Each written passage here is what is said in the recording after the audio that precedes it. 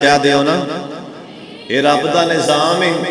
कोई जा रहा है, कोई आ रहा है, किते खुशियां ने, किते गमियां ने। ये रब का निज़ाम है और उनका निज़ाम है, चलना ही चलना। दुआ करो आज जिन्ने नौजवान बुजुर्ग चेहरे आए बैठे ने, अल्लाह सब की हाजरी कबूल फरमा।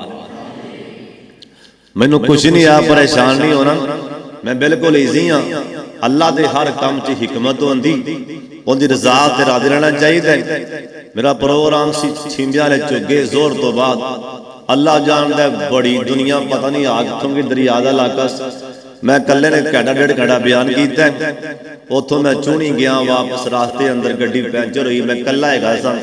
मैं आपे टायर खोलिया मिलिया, वो मैं टायर तक खोल लिया, उधर करमल का फोन कितने आ गया, वो मैं कढ़िया बुझ मोबाइल उत्तों टायर डिग पिया, गड्डी डिग पई मेरे हाथ के उपर। हुण थले मोबाइल उत्ते, मेरा हाथ उत्ते गड्डी।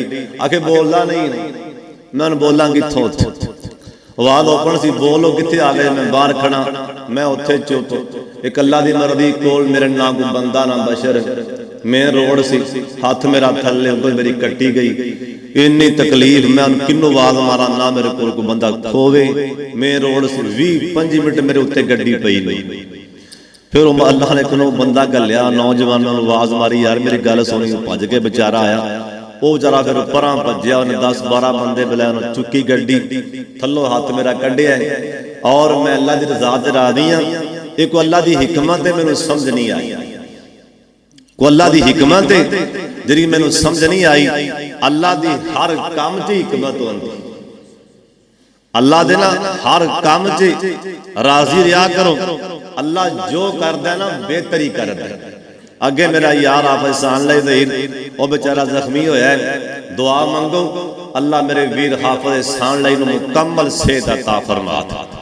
अल्लाह जानदा है, ये तो आप ना अल्लाह को मंग मंग के सान दोबारा लिया है।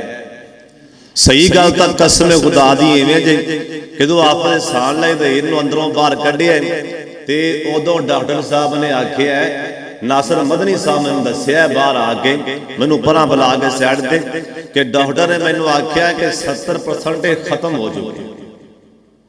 जिन्हें ऑपरेशन किया उन्हें आख्या दुआ तो करो जे डॉक्टर ने आप आख्या, लेकिन वो बचाने वाला डाडा। हर घर च दुआ, हर मस्जिद च दुआ। अल्लाह जानता है मदीने भी दुआ, मक्के भी दुआ। ये तो साबित होता है कि दुआ तकदीर बदल देती। दुआवां च बड़ी पावर है, दुआ च बड़ी ताकत है। अल्लाह सारे आमीन आखना है। अल्लाह जिन्ने बीमार ने सारे मावां दे पुत्तर ही ने, अल्लाह सब नूं शिफा दे छड़। अल्लाह जानता है, कदी जाओ ना अस्पतालों च वेखो, ओ कई लोग वो बैडा ते पैना पट्टी साहब ना गड्डी मंगते ने, ना कार मंगते ने, ना प्लाट मंगते ने, कुछ ही नहीं भाई को अल्लाह शिफा दे। वो बेचारे कोई शह मंगते ही नहीं। इथों साबित होता है कि तंदुरुस्ती बड़ी वड्डी नेमत। अल्लाह जिन्ने बीमार ने शिफा दे छड़। मेरे जिम्मे साथियां मजमून लगाया पट्टी साहब ने, मां बाप की अजमत ते शान। अल्लाह जिन्हां दे मां बाप जिंदा ने, अल्लाह कदर करन दी तौफीक दे छे। जिन्हां दे मां बाप फौत होए ने, अल्लाह कबरां हद निगाह वसी फरमा। तवज्जो कर लो, ध्यान कर लो।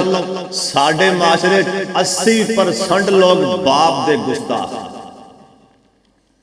अक्सर लोग ना गल भजा भजा के ले जाणगे मां ते मां, फिर प्यो नूं फड़ के पाओ।